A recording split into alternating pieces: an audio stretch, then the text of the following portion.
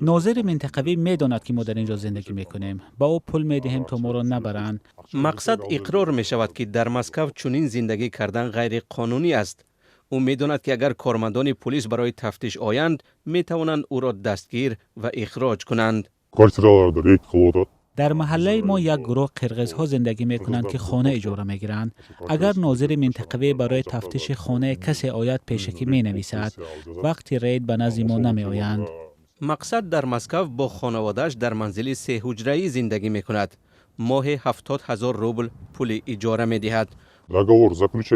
هنگام بستن شرطنامه اجاره 4-5 نفر را نامنویس کردن ممکن است. صاحب خانه عهدهدار از همه افرادی در شرطنامه درج شده را ثبت نام کند، اما صاحب خانه ها به این راضی نمی شوند. برای مثال ما را در اینجا ثبت نکردند. صاحب خانه می ترسد که ما را در جای اقامت ثبت نام کند. ما در جای دیگر ثبت نام کردیم. نمیدانم که پیشتر از چی می ترسید. حالا وقتی می پرسید همه از حمله تروریستی حرف می زنند. ثبت نام مهاجران قبلا نیز آسان نبود، اما در آینده نزدیک می تواند باز هم وزنین تر شود. مقامات مبارزه را با خانه های به اصطلاح ریزینی پرزور می کنند. طرح قانون در این باره را وکیل حیرت هیب‌الدینوف پیشنهاد کرده است.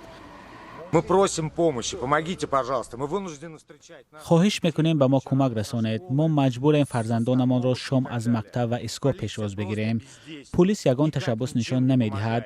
یگانه کاری که میکند آمده مهاجران را میبرند و باز برمیگردانند. به مبارزه با خانه های ریزینی حرکت ملی‌گرایانه جامعه روس‌ها نیز همراه شده است. علاوه بر این، چت‌بات مخصوص باز کردند که در آن شهروندان می توانند دایر به چنین خانه ها خبر دهند. تحلیلگران میگن این راه‌های دیگری فشار به مهاجران است. یکی از حامیان حقوق که نخواست نامش افشا شود در مصاحبه با بخش میگران میدیا گفت که پیش از همه پلیس باید ثابت نماید که هر نفری در یک منزل ثبت نام شده در آن زندگی نمی کند. به گفته مهاجران خود صاحب خانه ها آنها را در حالت غیر قانونی قرار دادند، زیرا نمیخواهند جای اقامت آنها را رسما در خانهشان ثبت کنند.